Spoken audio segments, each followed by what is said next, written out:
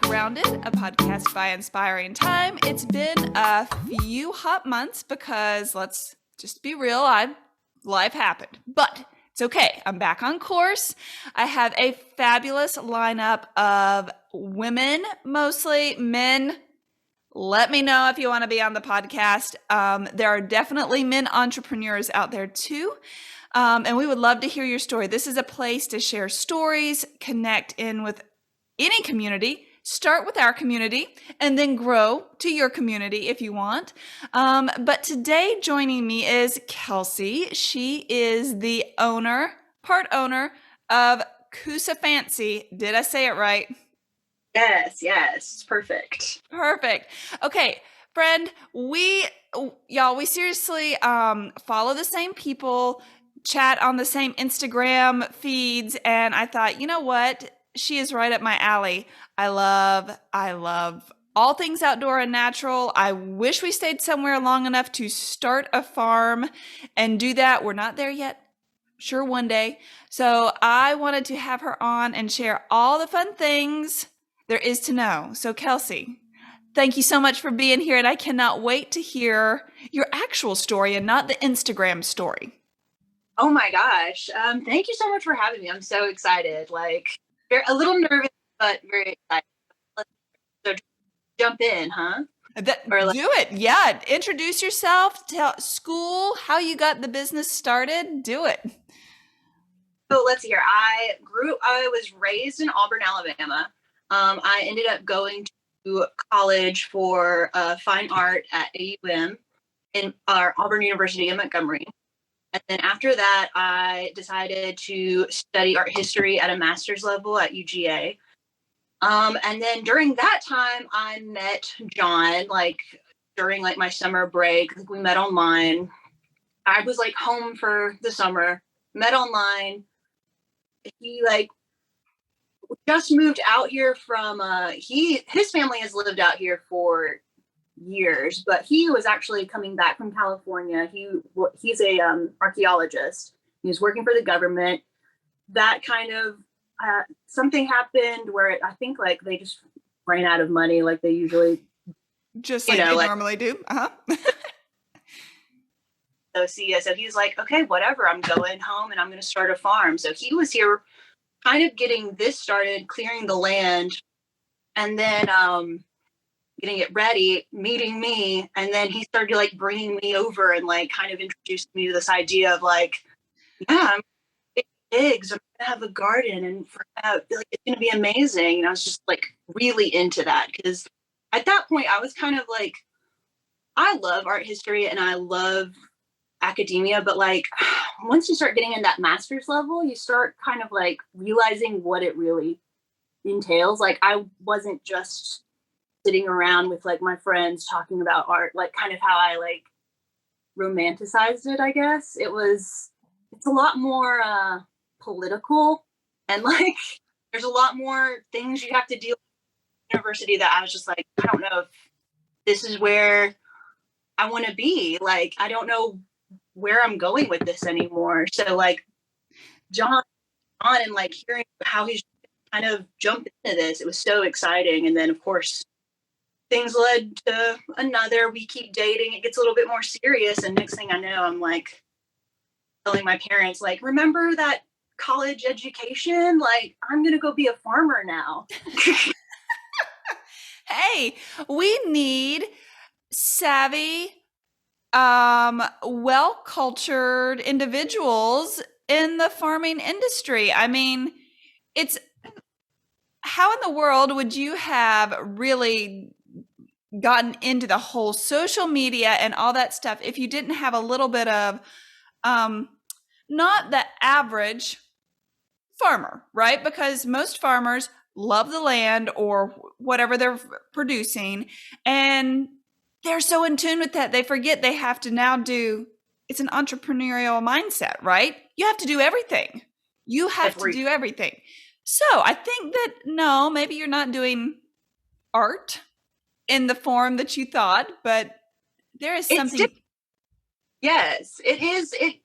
I still use things that I I think college and a formal education, it really is. I learned a lot from that experience, and like I apply things I learn all the time, like writing, critical thinking, all the time, like art history and stuff like that.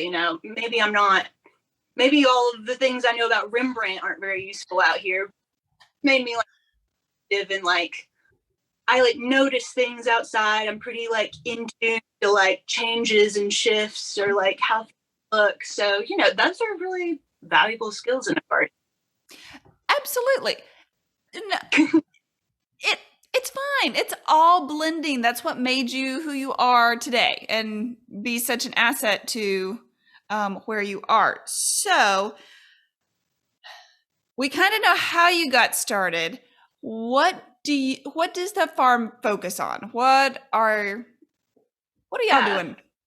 So mainly we have what's called like a market garden. It's just like a very small garden or like the focus of the market garden is high yield, small space. And then also that's all organic. And we do a lot of salads, fruits, vegetables, stuff like that. And then we also have pasture raised pigs that we raise from farrow to finish, as they say. Like they're born out here, live their piggy lives, but in a very like humane, beautiful way. Right. I mean, let's be honest. Food has to come from somewhere, and I'd much rather know that it's had. And we won't go into the topic of, stressed animals probably don't lead to the best meat or anything like that. But if they live a happy life and it brings you money, I mean, what better, full circle? Yeah, like it's cool. It's so much fun. And like raising pigs and being around animals all the time is just so fun. Like a great experience. Really enjoy that part of it. But definitely focusing more towards like garden stuff. Okay, so what do you see in the future? You're focusing on the soil and what it can produce. So do you have specifics that you're looking at? Do you want to, what does that look like in the next few years? What we are trying to do right now is like the salad thing is awesome. Like salad is a wonderful crop because like when people start eating fresh salad, they come back over and over again. So it is like the ultimate crop for us. So our plans are to really like go full throttle on salad, and then we're going to also offer kind of like a smaller plot where we do like more things like tomatoes and squash and that kind of stuff. Sell that kind of stuff at market and in our season. But mainly, I would like to start really upping the salad game. Getting it to like restaurants, hopefully around us. I would love just to like have like refrigerators like scattered around Alex City and like Dadeville just full of like Coosa Fancy salad. Just that's the dream, like Coosa Fancy salad everywhere. So do you actually, are you a connoisseur of salads? I used to not be, but I used to just not really think about it that much. But now growing it, I would say I've got a palate for it for sure. Now, do you like bougie salads? Like my husband would call them bougie, with like goat cheese and fennel and like all this extra stuff? Are you just I like the greens and a little bit of dressing? What kind of girl are you? Gosh, I love all of that. I love a bougie salad. I want all the things on it, but like sometimes gotta just you have to just have like a little bit of like a lemon vinaigrette, like a squeeze of lemon, bit of salt and pepper, and like that's all you need, especially with like the spring mixes that we have, or like just spinach and stuff like that. Like I don't need a lot either. I can eat it any way it's offered. It's so interesting to me because most of the time, if you're looking up a good Pinterest salad or something, they'll classify them by winter, spring, and like if you're mixing fruit and nuts, it's more of a winter thing, and lighter fare is spring. So I love, now my husband, just give him a spring mix with some healthy ranch on there, and he's golden. I personally care for a few more flavors happening with my crunch. Yes. So have y'all come up with like any great recipes for dressings that you like or anything? No, I really should spend more time like making my own dressings and stuff, but like again, I'm just so lazy. I'm just like lemon squeeze or like give me something that's in the fridge. Another thing about like making dressings, and I've been reading that salt, fat, acid, heat, and like trying to like up my like personal cooking game. But like I'm a salt fiend, so like I always get worried when I make dressings. There's like salt liquid. I don't even know what happens. It always just ends up very like. So Well, it's interesting. Most of the South has a lot of salt in their diet. I mean, anything that's fried is going to have salt. Anything that, well, usually when we brine meat at our house, my husband does this thing called the Dead Animal Chronicles, where he likes to grill all the meat, and we have a sous vide now. So now we boil the meat. Like, it's ridiculous around here. But we use a ton of salt in that. So yes, I think it's super important to be careful when you're adding that to everything else in your diet, for sure.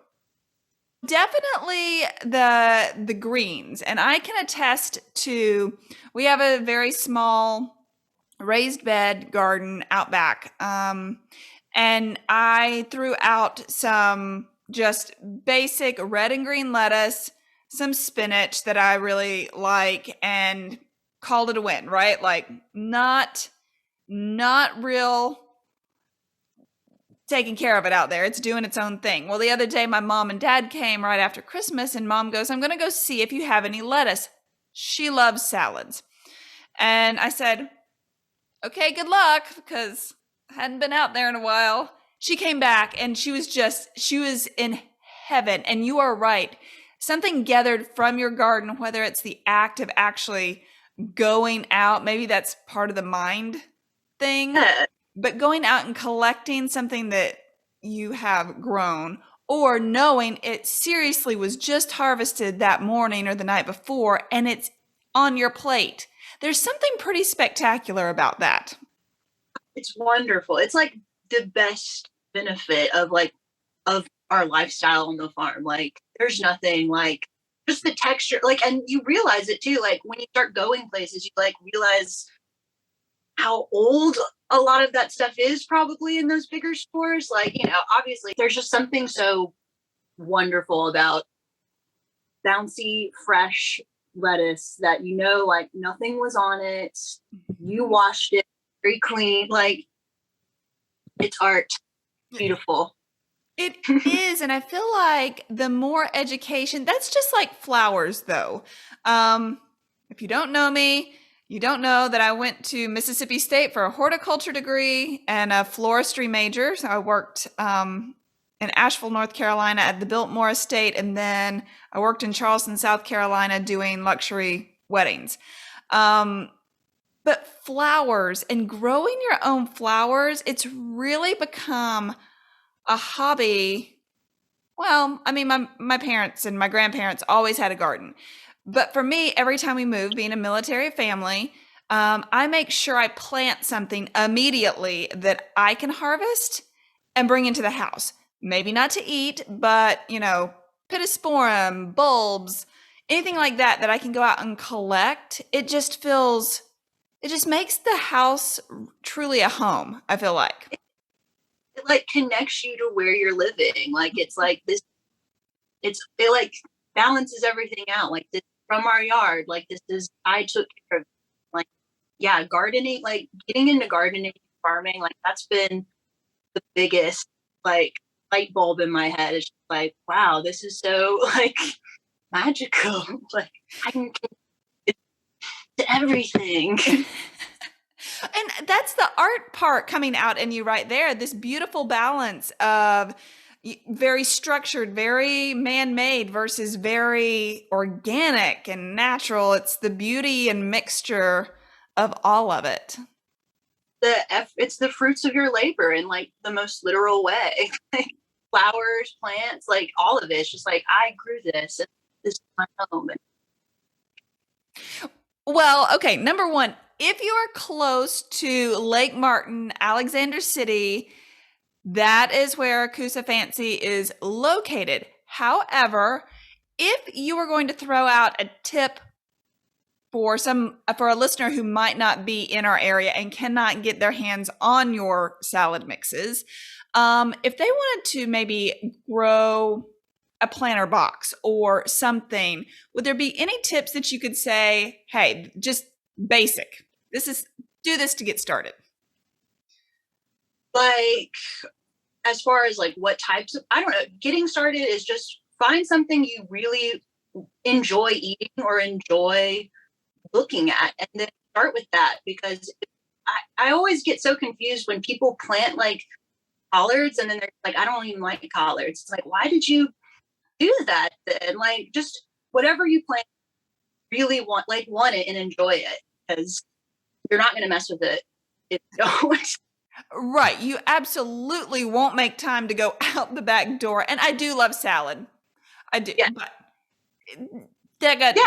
you can leave leafy greens alone. Like a tomato, when it's close to harvest time, you can't leave those for days out there. Birds are going to eat them. Pests will attack them. Like, you need to be diligent with that. But like salad greens are a little bit low maintenance. Yeah, you don't need any room for it. Like, you could make it like as visual, like your own little planter boxes, as visual or crazy as you want. So salad's an excellent thing to start growing. And it's interesting here because like people, for some reason, they're in the South and they can't grow lettuce.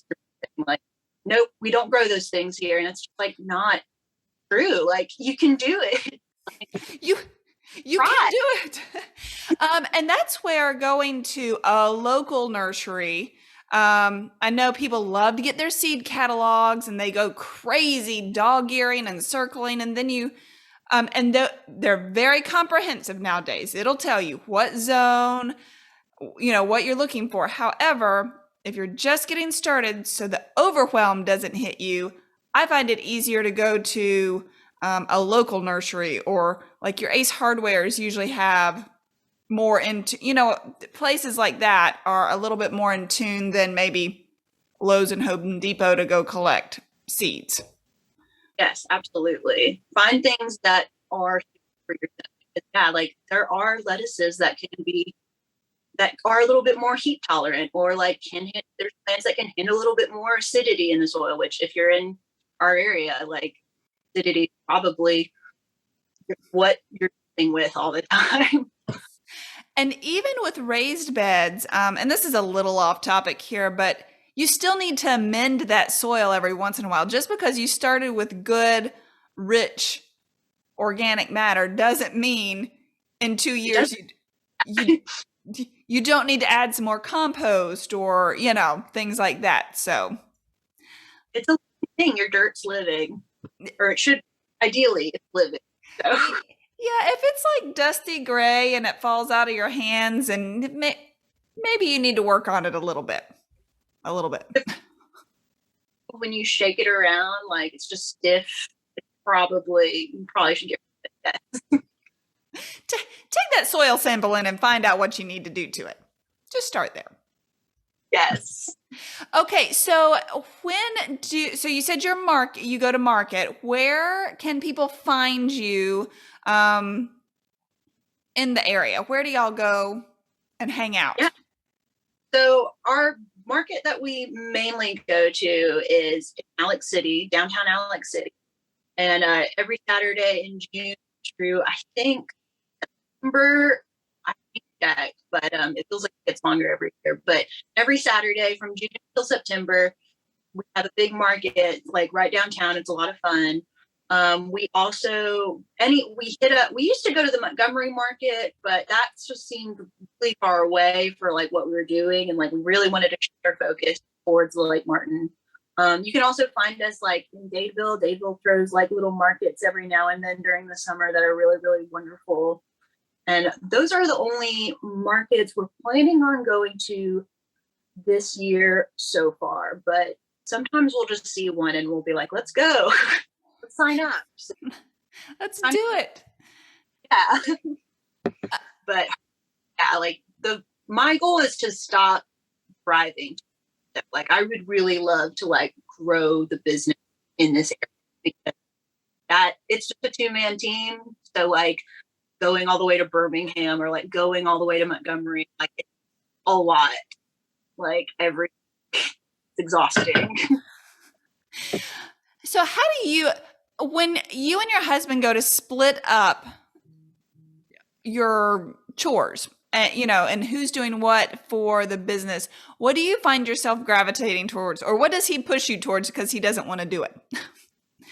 I am definitely mostly like my big thing is the social media stuff. Like I do all the emails, I do all the like Instagramming things and stuff like that. And I don't necessarily gravitate towards it, but I know it's like it's necessary and like just have to do it. Like it's fun. Like and it's really weird because yeah, like everyone tells me like, oh yeah, your social media stuff looks so good, blah blah blah. And I'm just like, does it? Because I like you know what I mean? Like it's hard. That's what I'm always I think about social media stuff a lot. Like Well, that's especially the past, almost 2 years. We have yeah, been more than ever in front of a screen or unable to be at markets in person. So that's looked so much different. And great but pictures, we know that great pictures sell a product. So maybe you're out in the garden patch and you're collecting and you snap a photo and the light is just perfect and there's droplets of water and people are like, "Oh my gosh, I can like almost taste that. I need that." I hope so. I hope that's what they're thinking. It's like now I'm realizing, like reels are what you have to do. Like you have to make it on Instagram. And so now I'm like realizing, okay, I need to start somehow incorporating this into it if I want to grow it this way. And so I've been doing more. I've been trying to do more, but it's hard because exactly like you start this lifestyle thinking like I'm going to be outside all the time. Like I don't have to be on my phone, and then it's like no, that is not true. You're on your phone probably more now than ever, trying to sail all the time. And it's such a fine balance, especially for creatives and people who don't love the screen or being, on camera all the time. It's a necessary evil. That's just where we are. But it is exactly like video. Go film yourself cooking something. Like, whatever, just try anything. And most of the time, people love the authentic version of you. So it's probably not going to be perfect. And the first reel I did, I probably shot it no less than 40 times. And I was so frustrated. And I posted it, and I kid you not, within the first 2 hours, it's like you've had 3,000 views. And I looked at my husband, I was like, the lighting was terrible. I was in the laundry room, and I don't even know what I was doing, but evidently people liked it. I don't know. So just put yourself out there wholeheartedly, organically. Organically, yes. It's been, yeah, like I could talk about social media and like how I feel about it way too long. So if you ever want to talk about that, that could be a whole nother episode. Like me, that's probably the chore I myself doing the like where I like think like, oh, this works. Like I can go out in the garden. Yeah, like I can go out in the garden and like plant and dig around and pick up things. And it doesn't feel like work though. It feels very like, oh wow, like I've got a lot done on my phone. I don't know. I don't know what I'm doing. I think that's such a great takeaway right there, though, is if you are really behind a desk or in front of a screen all day long, I make myself go take some sort of walk like right before lunch, and then right before the kiddos get off the bus, I'm like, I need to go put my hands in soil or walk around barefoot, depending on the type of year or type season. And it's so, I mean, you can read numerous studies about how toxins actually leave your body, and something about the mind and just being in touch with nature and touching nature is Yes. really, You have to do it. It's you're an animal. Like humans are animals. Like we're supposed to be outside. Enjoying part of it. well, let's be honest, the Alabama summers don't really make me want to like go outside all the time. In window of time of comfort, like temperature comfort. Yeah, I try and keep it to where the mosquitoes are that way and I am this way and the sun is, that way. Yes, I have a time frame that I like to go out. Yes. Well, I think you just hit on this next little part I wanted to ask you about. I find it so interesting when entrepreneurs jump on here and share how they stay motivated. So I asked if there was like a quote or a motto that you really live by, and it really struck a chord because it's one that I say to myself all the time. So do you mind sharing what that is? Eat the frog. You gotta eat the frog. Yes. Just get it. Don't want to do. That's the thing first. That's easier to say than to do it. Absolutely. Like I don't actually eat the frog ever, hardly. It's hard. Frog So when maybe you do the same thing, but in the morning I've morphed a few of like the top people right now, like Brendan Burchard and Rachel Hollis and Hal Elrod. I've kind of morphed all their miracle mornings together, and I've come up with this. I have my notebook, my high performance like planner, and it plans me out 30 minutes. Every 30 minutes is how this thing's listed. And some people look at this and go, whoa, what are you doing? And I'm like, it's called time blocking. And if I don't plan that way every morning, I will sit at one task and just spin. It's kind of like buffering. Yes. So do you use a planner like that, or are you just like time block this? How do you do it? I just wake up. I think about my goals the night before. Like before, I just think, like tomorrow I want to get A, B, and C done. And like try to like list like A will be like the thing that takes the longest time, middle time, less time. I try to do that, but like, I like the idea of the time block though, because I've been thinking about that and reading about that, how like if you kind of just limit how long you work on something, you can move on to other things instead of just like, I didn't finish this thing, so I have to finish it, and then like your day is kind of gone. That's something I have been working on, is figuring out how to really schedule my time a lot better, because the bigger the farm gets, the more imperative that is. Like I'm starting to Inspiring time was just mostly blog and podcast, not so much actual floral work going out like I had been doing.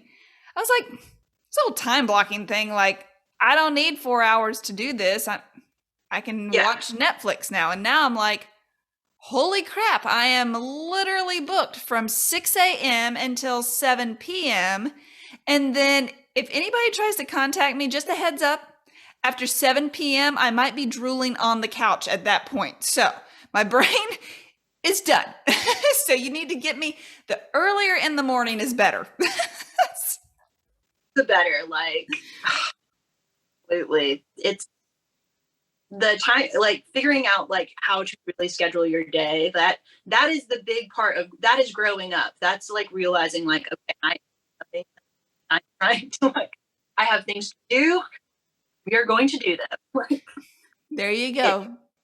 been intense, wild. Because yeah, like, and you know this as a gardener, like the things that you don't do, put off, that adds up so much.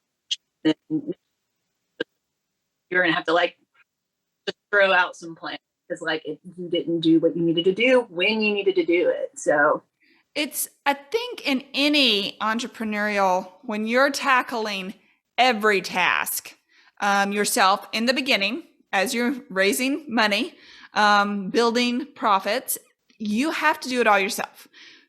So you've got to seriously take off one hat and put on the next one, 2-hour time slot, take off that hat, put on another, and that's really why the time blocking has been a strategic need for me. Now, say you get totally off course. One day you're just like, I'm done. I can't do it today. How do you refocus? What does that look like? wow, I'm gonna sound like a meathead. I'm a worker. I have to work out. Like I have to energy in like a constructive way. So like working, if I'm just everywhere, which is all the time, like if I don't work out, I can tell. But like it just helps you really connect, like, or it helps me connect with my body and my mind. It helps me like, okay, I've done something like valuable for myself. It's like how I take care of myself. And then by doing that, I can sort of like refocus and say, okay, like now that I have taken care of myself, I can take care of other things now. It's the mental purge. It's like everything that was flipping and flopping and you didn't know what to do or where to categorize it. It's kind of like, okay. It's like if you need to solve a problem, like that's the time to do it. Is like that's you just start getting into your rhythm, and like I like in the back of my head, I can like think about how I want to approach the problem a little bit better while like getting a little pump on. That's awesome.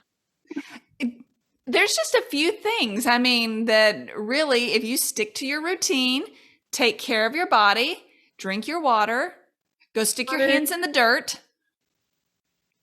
You can figure it out. And yeah, that's been, like living out here, I didn't really realize until like when I started doing this, like how out of, like how I was so like disconnected from myself and like everything. I think that was a big part of why I felt really jaded from like art history. Like I wasn't doing the things I needed to be doing as far as like taking care of myself. And I was just like, I felt so aimless. And being out here, it just feels really good to like see goals be done and get met. And then it helps you like kind of reevaluate, like, where else can I do this? Like, how else can I fix? Well, and let's be honest, like if you're inside, say it's an inside day, you've got housework to do or whatever.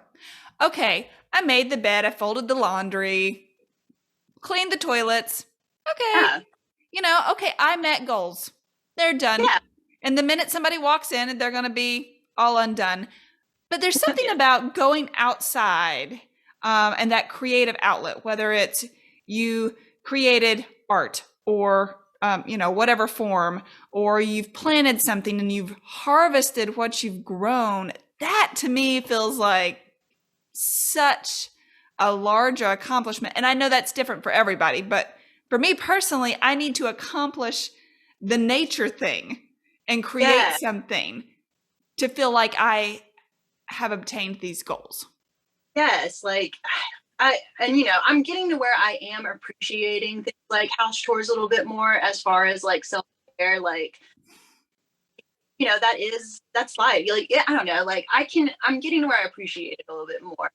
But yes, like there's nothing like going out, being outside with things that, again, like you've grown it from like a seed, you've seen it bloom. It's just like, and anybody can do it. I think that's the other great thing about gardening too, is like it really is accessible. It's like to anybody. Like if you got a pot and some dirt, like you can plant something, and like it makes you realize, it puts things in perspective as far as like things are bigger than me. Like there's more things than just like my little petty weird like, oh, I didn't get to blah blah blah today, or oh, like it helps me realize like, you know, there's more going on here, and like I can be part of it if I choose to. Oh my gosh, that's so good. Thank you so much for sharing just the tip of the iceberg with us today. Gosh, I hope I shared something. Like I feel like I've just been like, No, I think that's the beautiful part. Everybody likes to hear how you get started. What are those big things that you focus on to accomplish your goals? And like the end product is going to look different for each person. Like not everybody cares how beautiful a wedding arrangement is, but they do care how I classify my day and stuff like that. So, okay, where can we find you on social media? What's your handle? All the things. oh, on social media, you can find me at Coosa Fancy on Instagram, or really anything. I just use it now for everything because I'm not creative in that aspect anymore. Everything's a brand, right? So that's right. And then same with Facebook. We have a website, www.coosa-fancy.com, and that's where you can kind of see kind of more details about the farm as far as like the animals we grow, like John's, like a better version of John's like family history out here, because that's really interesting. Just Google me. If you Google Coosa Fancy, things will pop up for sure. I love it. Oh my gosh. Thank you so much for joining us today and sharing your little piece of heaven over there. And I cannot wait. I'm going to work on some dressings for you and see if I can't come up with something you love. Yes. And then I'll make a reel about it. It'll be a whole thing. Whole thing. And I'll make you a cocktail too. It can go with your salad, because a fancy cocktail and a delicious bougie salad, I mean, I can't get pinkies up. Heaven. Yes. There it is. Okay. Well, I will flash up all the fun handles onto the screen for you to see, guys. And stay tuned for all the fun that's coming this year. Thanks so much. Woo, thank you.